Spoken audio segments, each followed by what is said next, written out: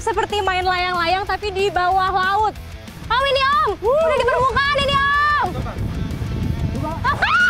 Om, cepet Om. Om ini, aduh ngelawan.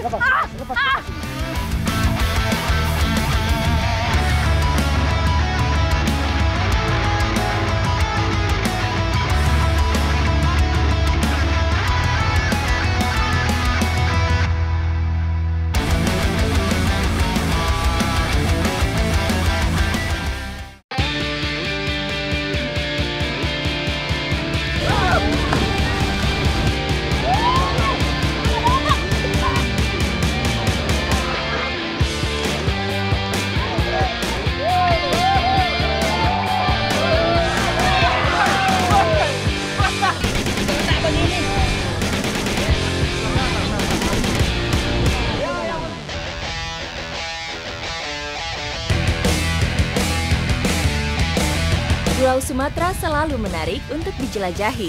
Menempuh 6 jam perjalanan darat dan laut dari pusat Provinsi Jambi, saya tiba di Desa Air Hitam Laut, Kecamatan Sadu, Kabupaten Tanjung Jabung Timur.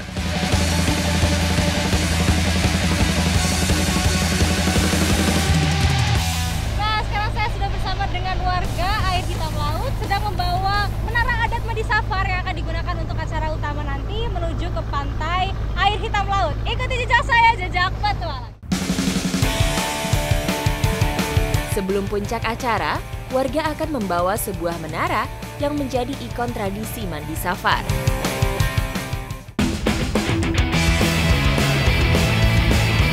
Keluar dari muara sungai, keseimbangan saya mulai goyah. Tandanya menara sudah memasuki perairan laut.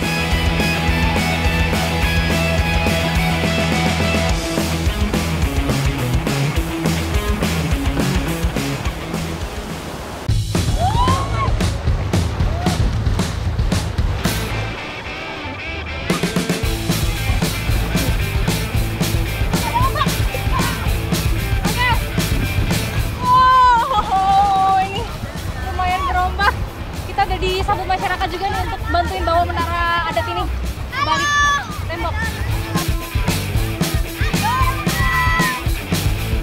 Setelah melewati sungai dan laut, akhirnya menara tiba di Pantai Babu Salam, tempat berlangsungnya puncak acara Mandi Safar esok hari.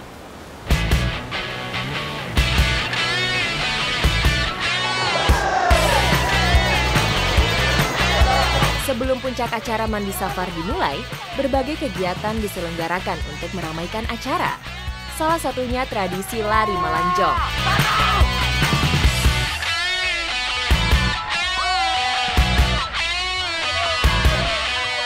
Masih dalam rangkaian tradisi Mandi Safar, sekarang saya sedang melihat perlombaan lari melanjong. Bapak-bapak dari garisan harus menabur kelapa-kelapa ini sampai dari akhir. Ikuti saya, jejak batu.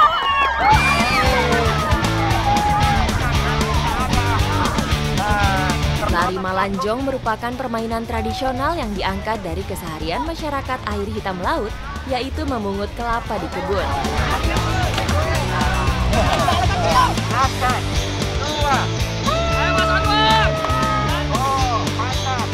Nah ini nih, karena masyarakat di sini salah satu mata pencariannya adalah petani kelapa, jadi memang dijadikan untuk permainan tradisional seperti ini nih. Meriah sekali, seru sekali, saya nggak ikutan aja udah kebawa atmosfer happy-nya.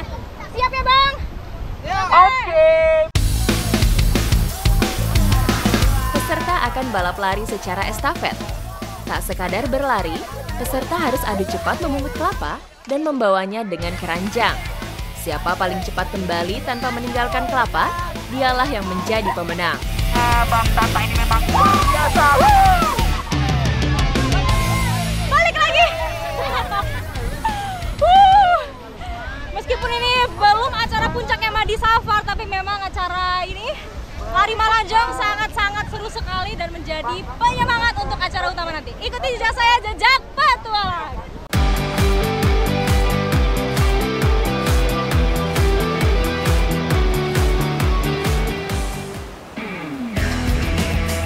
Bulan Safar merupakan bulan kedua dalam kalender Islam.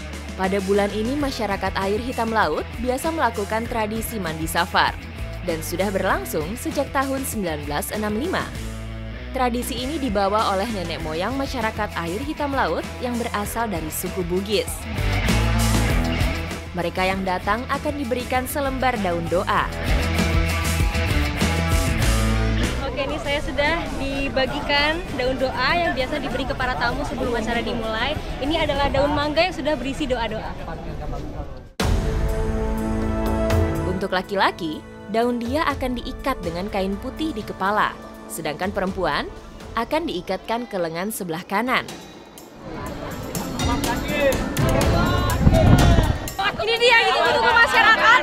Menara adat sudah mulai dibawa ke laut, tandanya mandi safar telah dimulai. Ikuti jejak saya, jejak foto.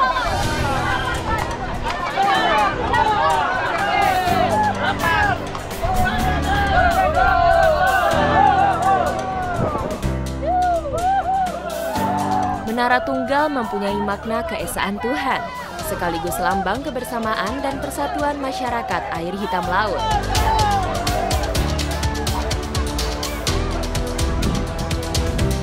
Di sini nggak sanggup saya. Medannya makin berlumpur, padahal udah deket lagi nih. Depan kita udah air. Tahun ini pantai surut cukup jauh, membuat masyarakat kewalahan mengangkat menara menuju air. Ini puluhan orang aja yang ngangkat, begitu kena medan lumpur udah susah banget. Mau ditarik nggak bisa, diangkat juga berat.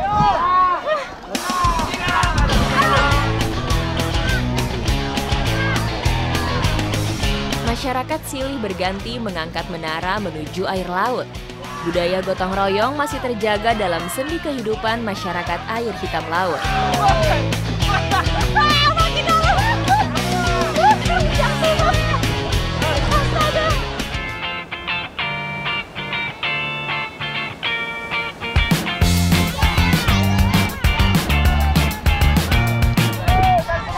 Menara adatnya sedikit lagi udah sampai air. Terlihat kakak-kakak berlumpur penuh lumpur semua, tapi semangatnya nggak pernah tersunyi.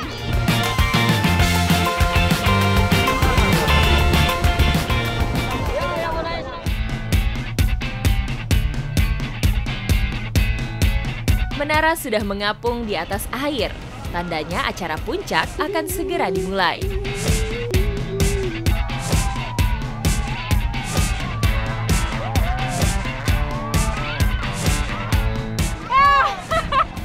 Akhirnya saya kebagian juga telurnya, tadi langsung rebutan semua. Naik-naik ke menara adat nih. Yeay, dapat berkah ini saya semoga ya. Ini sebenarnya telur-telurnya harus dibagikan sama pemimpin negeri. Tapi karena euforia masyarakatnya, semua udah gak sabaran. Langsung rebutan telurnya.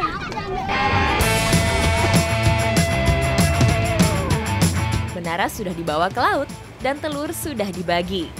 Kini masyarakat larut dalam kegembiraan mandi safar. Jadi mandi safar ini sebenarnya dulu dilakukan untuk menolak bala, tapi seiring berjalannya waktu dijadikan budaya setiap tahunnya untuk mempererat tali persaudaraan antar sesama. Dan ini memang banyak banget yang datang dari berbagai desa bahkan luar daerah.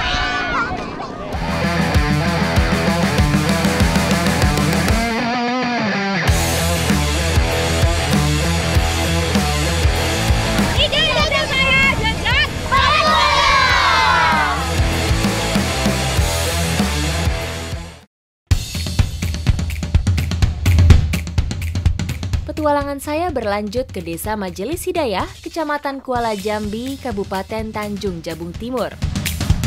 Selain potensi perikanan khas muara Sungai Batanghari, desa ini juga dikenal sebagai penghasil buah kelapa. Wah! Oke. Ini dia. Ini emang beda sekali ya panennya, pakai galah dan yang di bawah harus waspada. Di kebun seluas 1,5 hektar ini terdapat lebih dari 200 batang pohon jenis kelapa dalam. Saya nggak kuat kalau sendirian. Nih kalau kita udah menentukan titik kelapanya, kita ngegalanya harus dari bagian samping atau belakangnya biar aman. Wow, itu dia. Berbeda dengan jenis kelapa hibrida, kelapa dalam mempunyai batang pohon yang lebih tinggi dan buah yang lebih besar. Kebiasaan petani di sini memanennya menggunakan galah bersabit pada ujungnya, karena menurut mereka, Prosesnya lebih cepat dibanding dengan cara dipetik satu persatu. Kalau udah seperti ini, kita kumpulkan, kita lempar ke satu titik dan nanti kita masukkan ke dalam parit. Pakai ini nih, tojo namanya, tombak untuk kelapa. Dan ini memang ringan banget karena kelapa yang kita ambil yang tua-tua. Salah satu penandanya, kalau dikocok-kocok ada suaranya seperti gemericik air ya. Nih, udah tua ini. Lanjut Mas. 3 bulan sekali, petani dapat memanen 3 janjang kelapa di setiap pohonnya.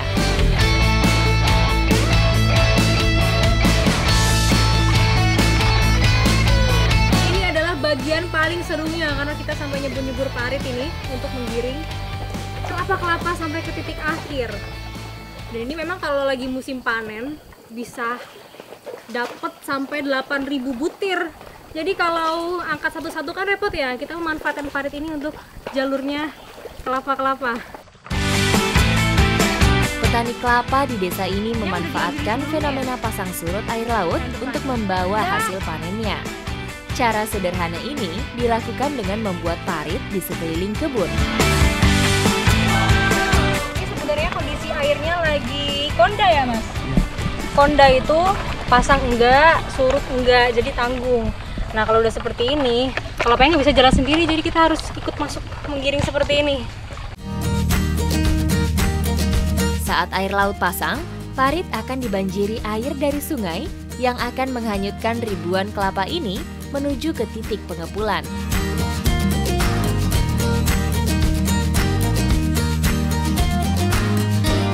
Giring ternak kan udah biasa ya.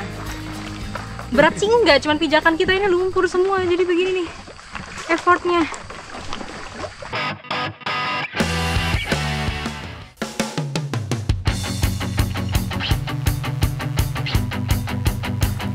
Kita udah sampai di titik akhir dan kelapa-kelapa yang tadi kita giring udah terkumpul semua memanjang sampai ke sana. Di sini kita kupas-kupas dulu kelapanya dan nanti dikasih ke ibu-ibu untuk dipilih lagi isinya.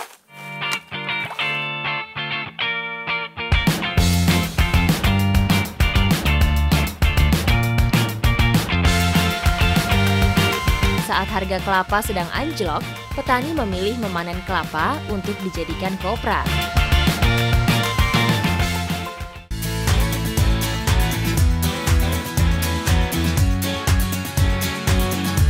Setelah ikut panen, siang ini saya akan ikut membuat cemilan khas pesisir Tanjung Jabung Timur dari air kelapa. Sekarang kita mau bikin gula palu sama ahlinya nih, Bu Ita. Dan ini kita lagi nyiapin palunya. Jadi palu ini adalah bambu yang nanti kita gunakan untuk menggulung gulanya saat udah jadi ya Ibu.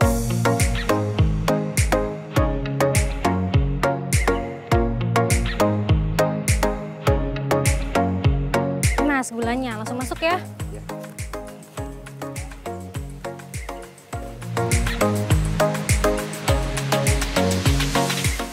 Ini sebenarnya masaknya simpel banget, tinggal masukkan air kelapa dan juga gula, tapi apinya harus tepat karena kalau terlalu besar akan hangus. Tidak seperti merebus air nira, air kelapa tidak bisa mengental tanpa tambahan gula pasir di dalamnya. Udah setengah jam nih, air kelapa dan gula sudah menjadi karamel. Kalau kayak begini harus cepet-cepet diangkat. Oke, taruh mana Bu? Masuk situ ya. Supaya tidak lengket, dinginkan gula palu cair ke dalam wadah yang sudah dilapisi oleh minyak sayur. Ini yang ditunggu-tunggu, menikmati gula palu.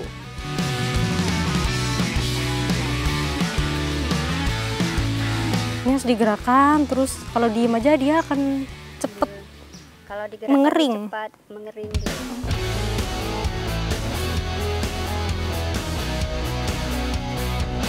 Ini yang udah jadinya, dia mengeras dan warnanya jadi putih seperti ini. Jangan dilihat dari bentuknya, tapi rasanya. Kita coba aja yuk Mas.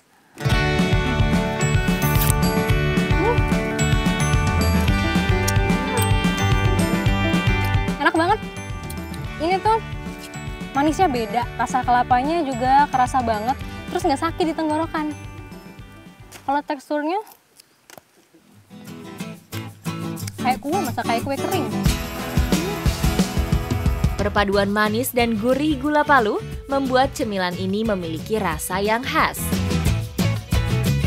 Siapa sangka air kelapa bisa digunakan sebagai makanan khas, yaitu gula Palu yang memiliki kandungan gula dan juga air kelapa yang tentunya menambah energi kita. Ikuti jejak saya, jejak petualang.